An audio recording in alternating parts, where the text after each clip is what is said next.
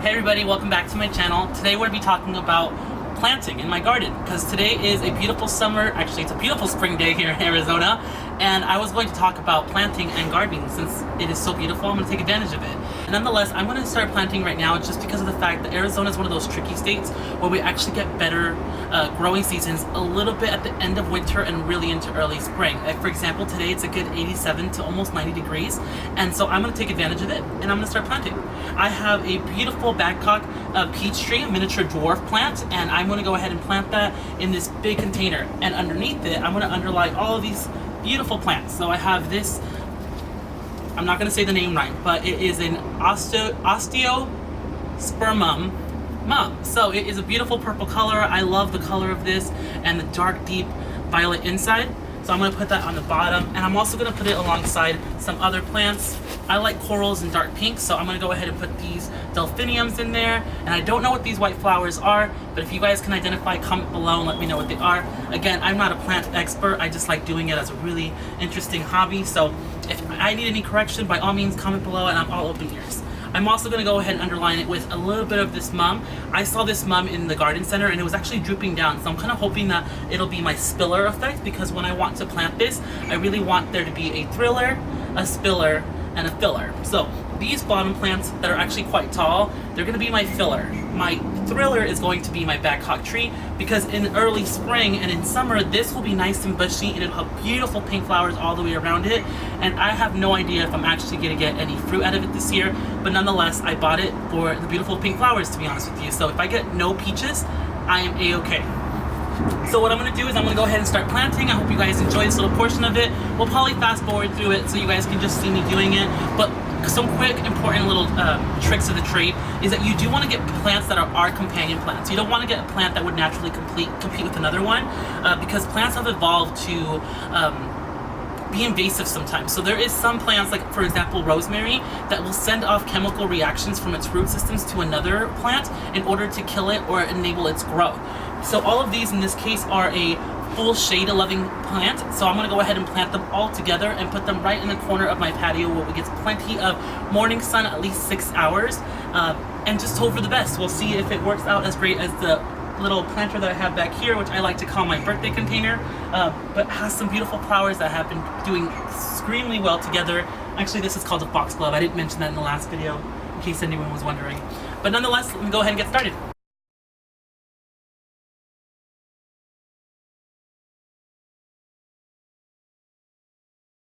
First thing I'm putting into my planter is going to be a Babcock dwarf peach. Again, like I said, I'm just hoping for the nice pink flowers. I'm not expecting many fruit from this year. I'm also going to be putting in a container, and the reason why I feel comfortable putting in a container is that it is a dwarf variety, so it's not going to get super large, about 6 feet at full maturity. It is hardening down to about negative 31 degrees, I believe it is, negative 30 degrees, and it does have the ability to live in our zone 9, which is where we're at here in Arizona. So I'm pretty comfortable with it. I am going to take care of it, especially in the summertime, because of the fact that I don't want the leaves to burn in the first year. So if I have to put an umbrella, I will. And I'm just going to go ahead and pull the plant right out and make a mess. That's okay. And as for the hole in the planter, I want the planter to be at least, or I want the hole to be at least 2 times as deep and 2 times as wide. So I'm going to go ahead and get that started. It's going to be a messy, messy process.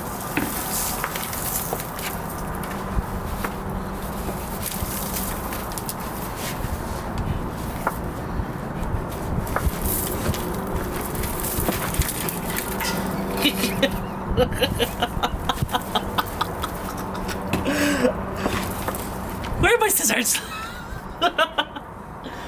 Where are my scissors? Heck if I know. The loveliness of gardening.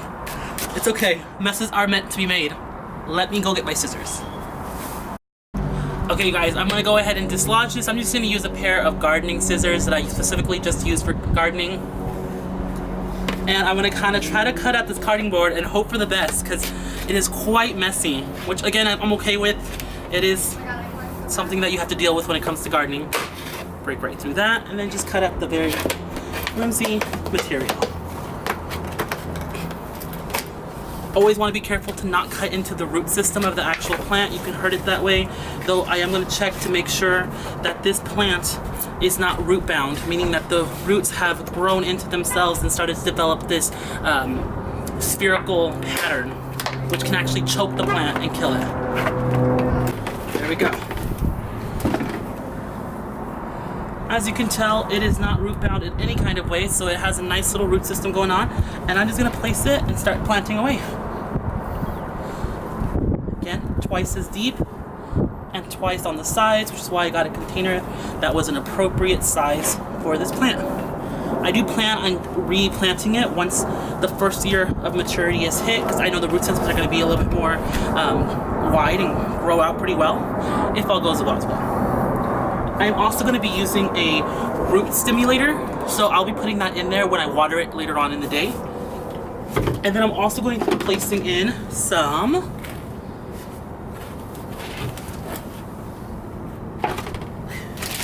where'd it go? Where did it go? It's a shaky. Yeah. I'm also going to put in some proven winners, premium continuous release or slow release fertilizer, so that it releases and feeds my plant throughout the entirety of the season. So a little bit down there, and then I'm going to amend it and work it into the soil.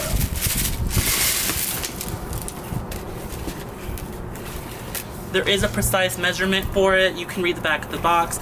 I'm going to go willy-nilly with it. If you're not that kind of gardener, then by all means read the back. I, however, am, again, not a professional here, but doing my best. So now that I have the root ball intact, I have it nice and brushed out so that the roots aren't entangling themselves and potentially killing themselves later on in the game. I'm going to go ahead and fill it with some more soil.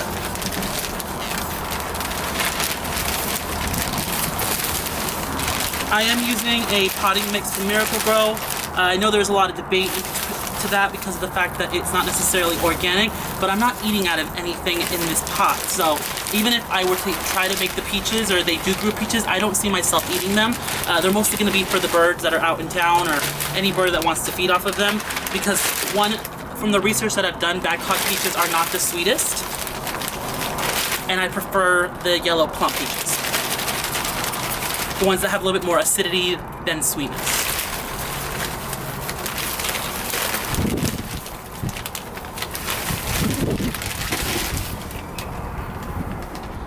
Okay, make sure that's intact. Make sure you press down to release any air bubbles that the soil might create in there. I am going to need a little bit more soil, but I'm also going to plant it, and I don't want to fill it too much yet because I have some soil within the potting plants, and I'm going to use this beautiful set of delphiniums. And again, I don't know exactly what this white flower is, but comment below if you do. So I'm going to go ahead and dislodge this one, and I'm going to go ahead and just kind of push my fingers against the root system, because you can see that it is kind of root bound within the pot, and so I just kind of want to dislodge. Not too much to really break the plants or anything, but just enough so that it kind of removes that cycle of growth in a spherical motion. Again, this is up for debate as to whether you really have to do this. I'm just going to partially do it, but I have heard some studies gone that they really didn't do much of a difference. I'm going to go ahead and make the hole, again, twice as large, and I'm just going to be careful that I don't disrupt the root system from the peach. And that's all I have to do. Place it right inside, and then backtrack it with some dirt to really lock it into place. And there we go. I'm placing this one on, I believe it is the west side of the lighting, just because that gets the most morning and afternoon sun in my apartment complex, and I want these ones to have at least a good 8 hours of sun, whereas the ones on the opposite side, I'm definitely okay if they only get 6 hours of sun, and that's kind of what they would like. Again, I'm going to check this one to see if it's lodged in there. And this one is a really good example of the root system really growing into place. So again, I'm going to dislodge this a little bit. And don't worry too much about the plants. If there's anything I've discovered about gardening or plants in general, is that they're quite, they're much stronger than you give them credit for, and they'll bounce back pretty easily. So don't be afraid to rough them up just a teeny tiny bit. They're resilient. Again, hole twice as large, don't disrupt the peach, and underlay all of that remaining soil. I am gonna have to put some more soil in here, so don't worry thinking that there's not enough. I will put more. Also, I have some pansies that I bought as well. So this is called a Brilliant Blue from Miracle Grow, and it has a beautiful blue and a yellow, kind of canary yellow throat, which I love a lot. So it's a blue and yellow, full sun, and these are an annual. They do really well in Arizona, especially in the very beginnings of spring, and they'll kind of last us, I think, until about summer, and then they'll kind of die out from all the heat. Again, this is all in an experimental phase. I don't know if this will work out as well as the first one that I did, but it's just having some fun. These ones I also bought. These are a viola, and these have a beautiful orange and white, violet, light purple color here, and I love them for just the kind of simplicity, or sorry, for the extreme color variation. And I'm just gonna place these on here over here.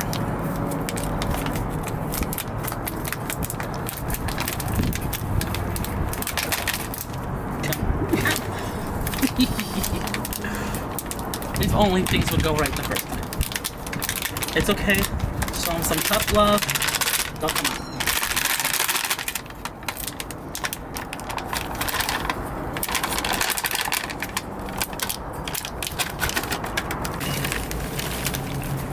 I love this purple, this orange color right here. That is one of the main reasons I got it, because I don't see this orange vibrant color very often, and this color is really gonna attract a lot of pollinators, hummingbirds, and if you can't tell already, I love bees and I love birds.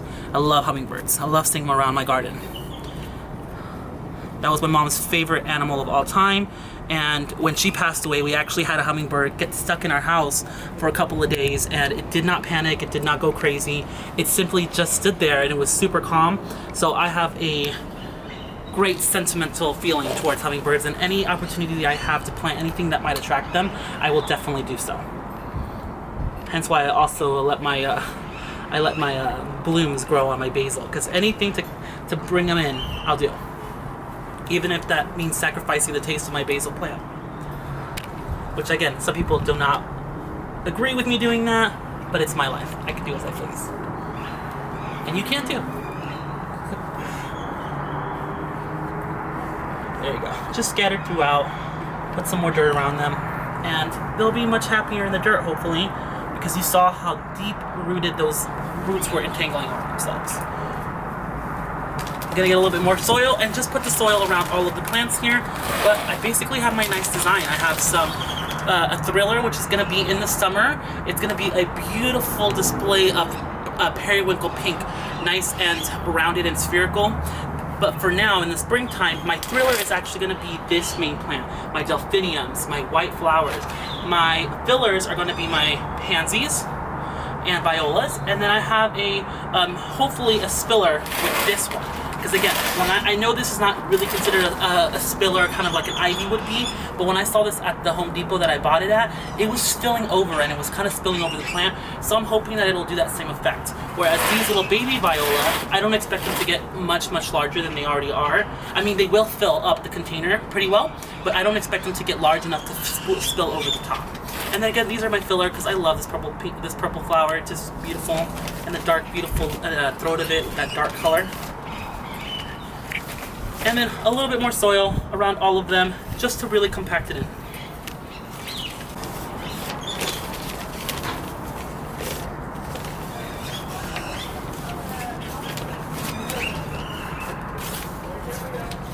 Okay, coming along.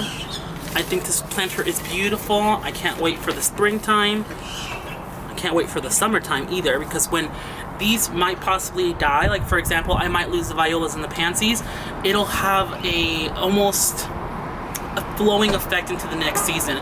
This will survive through our harsh summers, and you guys can take a closer look at this now that this flower has fallen. It's okay, I have plenty of blooms here, so I'm not super upset about that. I at least get to enjoy this out in the house. But look at that beautiful variation of yellow little dots in the throat that has that dark purple. Love that. And like I was saying, we'll have plenty of color. In the summer, I'll have my pretty pink from the blooms on the peach, and I'll still continue to have my two little flowers, including, I'm gonna call this an Austrium thingy, because I can't pronounce the name. If there's an easier name for it, let me know. Hopefully it's called purple flower. That'll be the easiest for me to remember. And then my violas will stay until about early summer, and then they'll probably die off.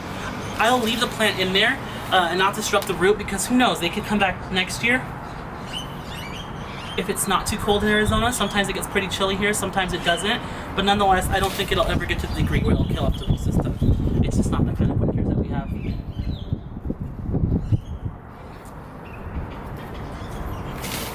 These little flowers always bring me so much joy. It reminds me of Alice in Wonderland. And whatever mushroom she ate. I didn't know she was a drug addict. Thank you, Disney. Okay, so there we have it. We have our, for the meantime, our springtime, late winter, early spring thriller, meaning that all of the beautiful collection of flower, the one thing that your eye really gravitates towards. And then I have my spiller, which again, I'm hoping my pansy will do that. If not, maybe I'll stick another plant in here, like an ivy or a potato plant or something. But for now, I'm pretty content with this. But hopefully this will be my spiller when it grows. And then I have my filler plants. So I have this purple, beautiful flower, which is not as large and as showy as my delphiniums back here, but it's still quite beautiful. And then I have my little tiny fillers, which I will actually put towards the front so that you guys can see everything in the background. You'll have the gorgeous little violas, you'll have the beautiful Austrium thing, and you'll also have all of these delphiniums and whatever this white flower is. And again, because these have like a little deep neck to them, the hummingbirds will want to go into eating on them. Okay, you guys, so there we go. We have our first little planter done and all set. I hope you guys enjoyed this one. And now we're just gonna go ahead and move on to the next project, which I'm gonna be filling up all of my black planters all alongside my patio, because while I was at Lowe's and Home Depot, quick disclaimer, I have an addiction to plants, so I also bought a gorgeous strawberry plant, which is some beautiful strawberries. And yes, I'm that person that when I go to Home Depot and I see a red, beautiful strawberry, I don't waste it. I pluck it right off and I eat them. Do I get strange looks? Absolutely. Do I care? Only a tiny bit. Someone needs to eat them. And then I got some more violas, including the ones with the little orange in there. I also got some herbs that I wanted to plant. So I have some thyme, some English style thyme, and I got some lavender. And I'm gonna actually put those together in a little planter in companion planting, because when these two are together, they tend to want to love their little environment. They feed off each other pretty well, and they both have about the same lighting requirements, so they'll love to be in the same little container. And I'll talk about that later in companion planting. And then my biggest blunder, my biggest stuff, is a whole little sheet tray of violas, because I couldn't help myself. Also, you can tell I'm a chef because I said sheet tray. I don't know what this is called, so it is what it is. But I have this, and just to top it all off, because my addiction is that strong, I also got these gorgeous, beautiful yellow and purple flowers, and I just really like the color, so I don't have an excuse for that. This is an addiction. I'm working on it. Let's get started. So now I'm going to go ahead and start planting up all of these beautiful violas and pansies that I also bought right into my container plants. Again, I got these planters at Home Depot and they hang right off my rail, but I'm going to go ahead and plant them now. What are you staring at?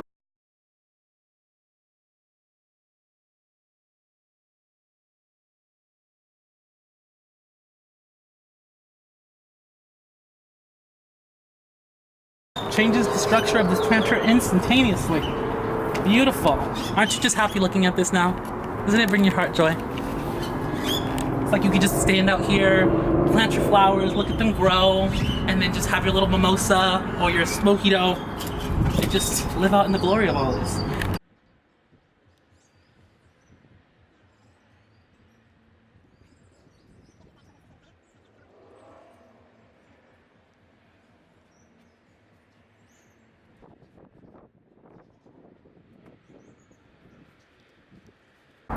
Okay guys, last but not least, we're gonna go ahead and plant up our herb container, which is gonna have some thyme. It's gonna also have some lavender. This one's gonna bring pollinators. The other one is gonna be for me to enjoy eating with. And then I'm also gonna place on the bottom of our planter our premium slow release fertilizer from Proven Winners. This works wonders. I absolutely love it, so I would recommend you guys buy it. It was a little bit harder for me to find here in Arizona, but if you guys go to Proven Winners website. You guys can find this. I also found this on Amazon. So I'm just gonna put about a half a teaspoon in there, and then just kind of really amend it into my soil, just so that it's slowly releasing fertilizer as the season continues.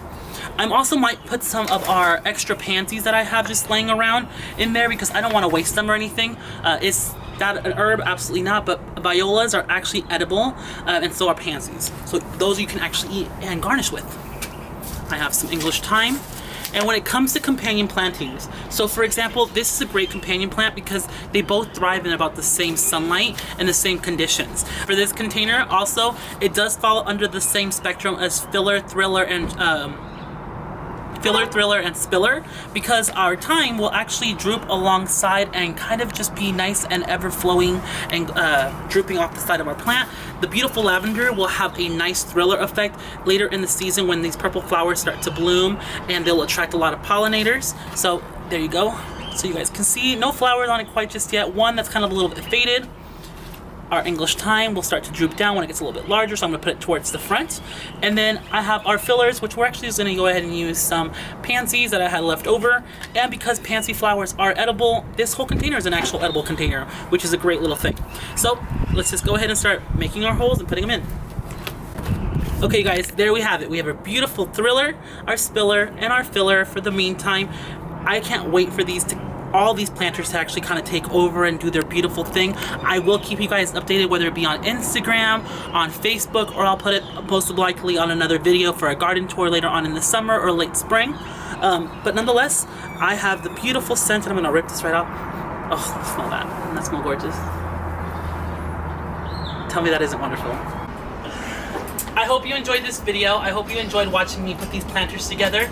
If you did, feel free to comment below on any other ideas you guys may have. Again, by no means am I a professional gardener. It's just a hobby of mine that I really, really enjoy, and it brings me a lot of peace and happiness. So if you guys liked it, also don't forget to subscribe, hit the like button and the notification button to be notified of when I put future videos, and I will see you guys next time. Bye. Okay, you guys, I hope you guys enjoyed watching. Oh, I already said you guys again. Okay. I don't know what to do.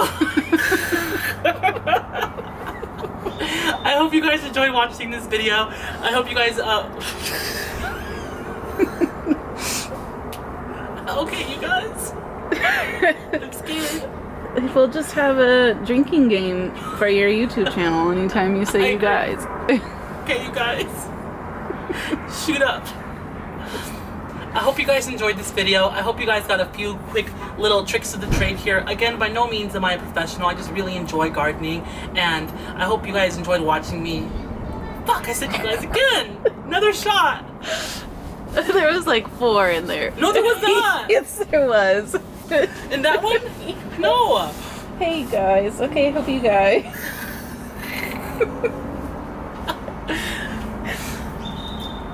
I hope you guys